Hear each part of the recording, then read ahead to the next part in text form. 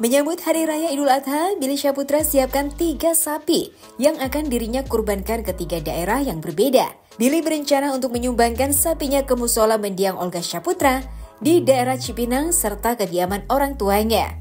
Selain itu, dalam menyiapkan hewan kurbannya, Billy mempercayai sang kakak untuk mencari dan membeli sapi tersebut. Dirinya hanya bertugas untuk menerima bil dan membayarnya saja. Tak hanya itu, Billy pun tak mempermasalahkan harga hewan kurban yang akan ia sumbangkan.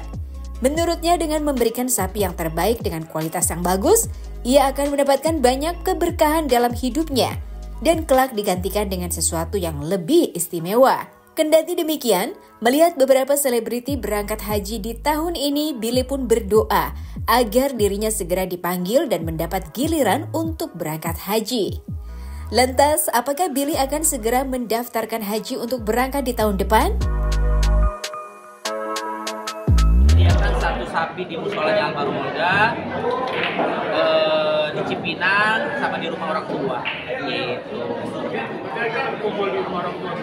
Kalau Idul Adha pasti kumpul sama keluarga orang tua di sana. Ada ziarah juga? Ziarah, insya Allah ada ziarah. Sapinya insya Allah udah mungkin udah diproses sama kakak. Yang tahu sih kakak gue sih, gue nggak tahu. Gue tinggal bayar doang. Berapa Bang Billy harga sapinya untuk tahun ini mungkin? 5 juta ya. Ada kambingnya 5 juta. Bayi sapi. Kalau kita beli sapi sebenarnya nggak usah mikirin harga sih. Kalau gue cuma tinggal transfer doang. Mungkin tuh kakak gue yang milih-milih. Gue tinggal transfer ya kan, balik lagi. Nanti kita akan insya Allah akan dibalas kebaikan kita kalau kita ikhlas gitu. Kita mah ikhtiarnya gitu aja. Tapi dari lo pribadi berapa kurban sapi bang? Totalnya buat dari pribadi sama 7 orang Jadi berapa ratus? Berapa ekor? Semua jumlahnya berapa ekor? Berapa ekor? Kalau masalah sapi 3 ya. Kambing gue nggak tahu deh. Gue harus support anaknya ya. Apa yang dijalankan sama anaknya, selagi anaknya jalan yang baik, terus juga segala sesuatunya pasti orang tua support, mendoakan gitu. Tapi haji ada titipan doa dari Raffi doa ya, semoga perjalanannya lancar, menjadi haji yang mabrur, terus juga berkah dan mendapatkan segala sesuatu yang diinginkan dicapai lah. Sudah ada keinginan nih untuk Pasti lah, karena kan dia senior gue dan dia lebih pengalaman soal bisnis. Gue pasti akan tanya soal bisnis. Jadi udah ada keinginan terhaji nggak sih kayak Arab? Ya Allah, siapa sih? Lu jangan nanya gue, orang waras, orang gila juga lu tanya mau haji, pasti mau haji. Lu pertanyaan gimana? Niatnya sudah seniat. Mau kayak mau lah. Sudah seniat itu kan? Oh, Udah daftar belum Bang Billy? Udah daftar. Kalau pengen mah pengen, tapi kan semua itu panggilan Allah ya. Kalau untuk daftar belum. Tapi kalau ada kesempatan ada rezeki, insya Allah selagi itu memang wajib ketentuan Allah, ya kita jalanin gitu. Tunggu giliran.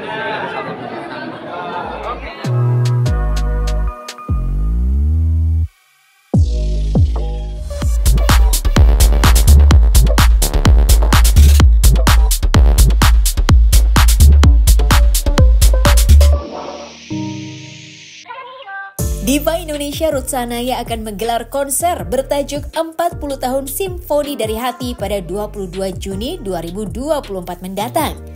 Dalam konser spesial tersebut, dirinya mengajak beberapa penyanyi kenamaan seperti Afgan, Yura Yunita, dan Once sebagai bintang tamu. Istri dari Jeffrey Wawaruntu itu mengaku tak sabar untuk mengadakan konser tersebut. Sebab pertunjukan musik itu merupakan perayaan 40 tahun karir Ruth Sahanaya di industri musik Indonesia. Lantas sudah sejauh mana persiapan Ruth Sahanaya menjelang konsernya tersebut?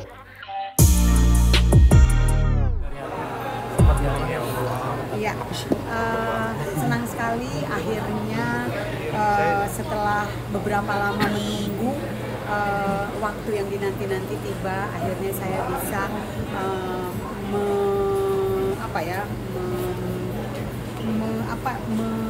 boleh dibilang mewujudkan keinginan saya untuk bisa mengadakan konser tepat di 40 tahun saya berkarya, nanti pada tanggal 22 Juni 2024 di JCC. Dan untuk saat ini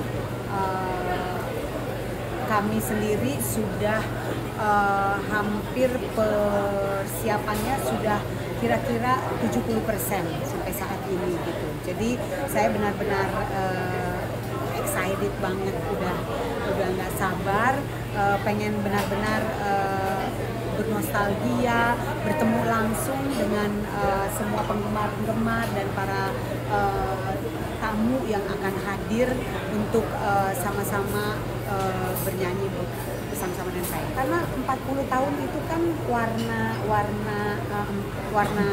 untuk 40. Untuk 40 tuh warnanya seperti ini gitu ya juga.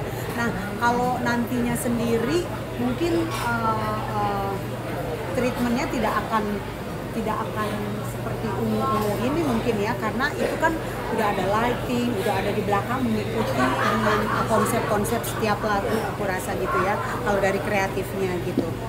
Untuk pemilihan artisnya sendiri, dengan Yunita, ya. Seperti apa sih pemilihannya? Pemilihannya sendiri kita berpikir bahwa karena pertama tadinya awalnya kita berpikir bahwa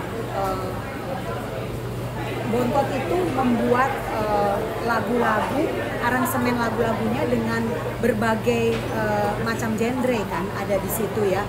Ada beberapa macam warna musik yang dia coba aransemenkan dengan lagu-lagu saya. Nah, dari situlah akhirnya kita berpikir bahwa kayak misalnya lagu yang agak grande-grande gitu, sekalian aja kita pilih Afgan gitu, karena selain Afgan juga pernah mengcover lagu aku.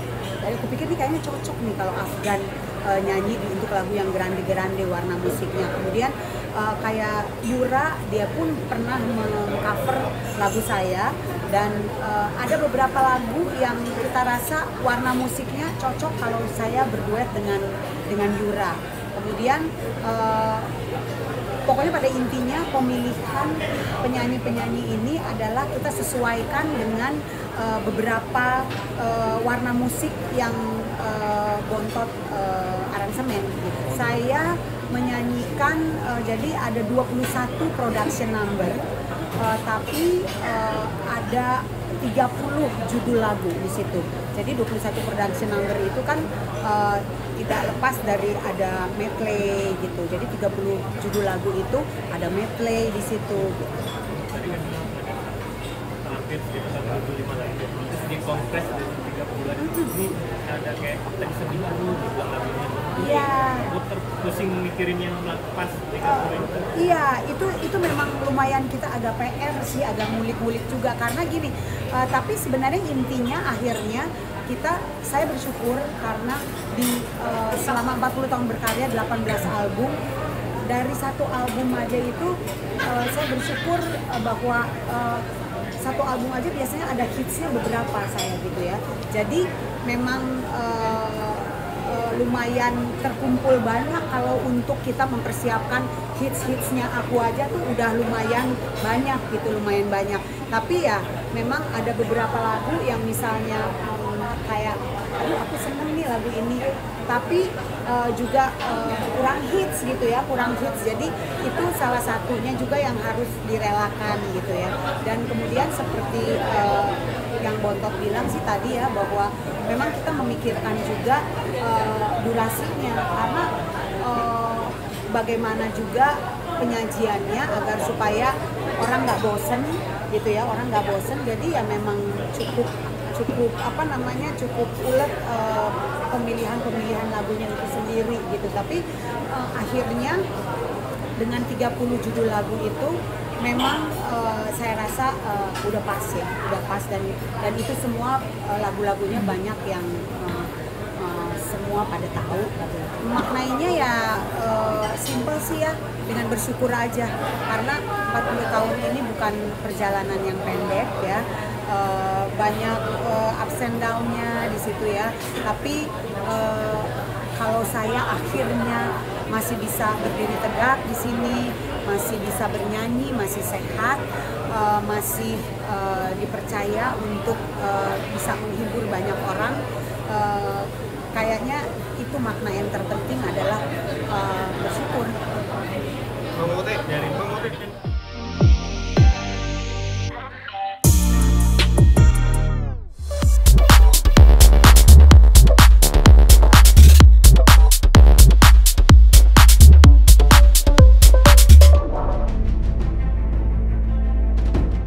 Membintangi film horor berjudul Janji Darah, Natasha Wilona mengalami beberapa kejadian mencekam selama syuting berlangsung. Syuting yang menghabiskan waktu kurang lebih 2 minggu dan mendatangi berbagai tempat yang seram, Wilona mengaku sempat ketakutan dengan suasana dan lokasi syutingnya. Walaupun ini merupakan kali kelima Wilona membintangi film horor, dirinya juga masih memiliki beberapa tantangan yang harus ia lewati ketika melakukan take adegan bersama hantu tak kasat mata. Wilona mengaku bahwa imajinasinya harus dimainkan dan dicocokkan dengan apa yang sudah director inginkan. Selain itu, dengan paras cantik yang Wilona punya, dirinya selalu saja disebut tidak cocok berperan dalam film horor. Banyak netizen yang berspekulasi Wilona lebih cocok memerankan film dengan genre romance dan drama. Lantas, bagaimana pendapat dirinya tentang hal tersebut? 2 mingguan karena kita udah reading dulu beberapa hari sebelumnya, jadi udah dimatengin sebelum kita syuting. Bahkan di reading pun kita udah tes adegan juga, tes take dengan tes cam segala macam, semuanya udah di prepare sebelum kita syuting. Makanya pas proses syuting tuh jauh lebih cepat, paling kendala maksimal cuma di cuaca doang. Jangan main film horor apa sih? Ini udah syuting yang kelima ya. Tadi aku bilang aku suka banget nonton film horor dari aku kecil. Aku suka banget film horor, thriller, misteri. Jadi saat dapet tantangan main film horor tuh aku ngerasa kayak aku mencoba pengalaman yang mungkin di dunia nyata nggak akan pernah aku alami, karena emang aku bukan tipikal yang sensitif dan nggak yang bisa melihat kayak gitu-gitu, dan aku juga nggak banyak bergaul dengan hal-hal yang berbau tak kasat mata. Tapi aku suka banget nonton itu dari kecil, karena waktu kita zaman-zaman aku masih kecil banget, mamaku tuh hobi nonton film horor dan aku selalu dibawa sama mama. Akhirnya dari yang takut sampai akhirnya enjoy, dan aku tuh ke bioskop cuma demi nonton film horor mostly. Makanya saat ditawarin film horor, aku bisa lebih excited milih film ini dibandingkan film drama misalnya gitu. Di lokasinya sendiri ada pengalaman mistis juga nggak sih? Sampai takut tadi katanya mau ke kamar mandi ya? Mungkin takutnya karena yang tadi dibilang itu kan kayak nggak ada lampu, bener-bener udah gelap, dibangun dari tahun 1800-an ya kan, terus emang bentuknya agak-agak udah lapuk-lapuk, udah usang. Jadi ya makanya pas aku syuting ya berasa lah hawa-hawa kayak gelap, toiletnya hitam, terus agak jorok, jauh di pojok sana. Makanya membuat aku jadi agak-agak serem-serem juga ya, apalagi kita sering syuting sampai malam. Dan untungnya aku nggak gitu sensitif, jadi walaupun misalnya ada orang yang bilang oh iya di daerah sini suka ada sesuatu, di sini suka ada cewek yang nunggu, aku kayak positive thinking aja pokoknya, udah yang penting syuting, take, abis itu aslinya iya sih lumayan penakut. Kayak aku penasaran, aku suka kayak ikut-ikutan mencari kayak orang-orang cerita, aku mencari tahu kebenarannya, tapi kalau seandainya dinampakin ya aku termasuk yang orang kabur pertama gitu. Tapi ada rasa penasaran pengen lihat sekali aja gitu? Enggak sih, nggak pengen, kayak udah cukup di film aja. Tapi ada perasaan kayak bulu bergidik atau kayak gitu guys, pas kita lagi syuting mungkin pas yang ngeliat hantunya kali ya, karena hantunya tuh digambarkan sesuai dengan gambaran yang selama ini Mas Antot lihat. Karena Mas Antot tuh pertama kali ngomong sama kita ketemu diri, dia ngomong gini, biasanya kalau film horor tuh hantunya tuh aslinya nggak kayak gitu kalau bener-bener dilihat sama anak indigo. Jadi yang dia bikin sosok yang belum ditampilkan di situ itu sesuatu yang emang dia beneran pernah lihat bentuk-bentuk seperti itu. Makanya pas jadi tuh kita kayak ih udah deh ditawarin juga nggak pengen lihat deh, kayaknya cukup lihat di film aja gitu. Selama syuting film horor tuh ada nggak sih teman-teman cast yang suka iseng nakut-nakutin gitu? Paling iseng cuma Emir ya. Kayak gimana tuh iseng? Mungkin ya dia lebih yang kayak isengnya ya tiba-tiba jokes horor atau apa yang kayak gitu loh, yang kayak ih ini orang bener-bener. Dan selebihnya kita semua untungnya kayak kompak, yang kayak maksudnya yang cewek-cewek juga enggak, kita nggak mau ngomongin hal yang aneh-aneh saat syuting karena emang udah dikasih tahu dari awal kita masuk ke tempat yang sekarang kita jadi cagar budaya ini, katanya jangan ngomong hal-hal yang jorok, jangan ngomong hal-hal yang nggak bener, yang gimana, yang nggak baik, karena banyak yang sering kesurupan gitu di daerah situ. Ada tantangan sendiri nggak sih kalau mungkin naikin berat badan, jadi hamil? Kalau di sini enggak sih, untungnya enggak, karena nanti nonton aja, karena kan belum yang sampai melahirkan gimana. Ini kan kayak newly wedding kayak couple yang baru banget menikah, jadi ya belum yang signifikan banget. Kalau buat aku pribadi, peran di karakter horor yang di film horor yang kali ini aku mainkan itu emang lebih kayak relate dengan kehidupan sehari-hari, lebih kayak ya karakter manusia pada umumnya lah, bukan sesuatu yang lebay atau cuma ada di drama-drama film. Mungkin lebih kayak gitu. Kalau tantangan di film horor tuh bagi aku lebih ke actionnya, saat kita ngelakuin adegan-adegan bersama sesuatu yang tak kasat mata dan mungkin kita belum pernah punya pengalaman itu, jadi kita harus punya imajinasi dan harus punya kekompakan antara DOP, sutradara dan juga pemain untuk menghasilin jump scare atau menghasilkan shot-shot yang meyakinkan penonton. Karena kalau syuting film horor kan terang-terang aja, tapi kayak pemain harus beneran seakan-akan takut padahal terang, banyak orang gitu. Itu serunya sih.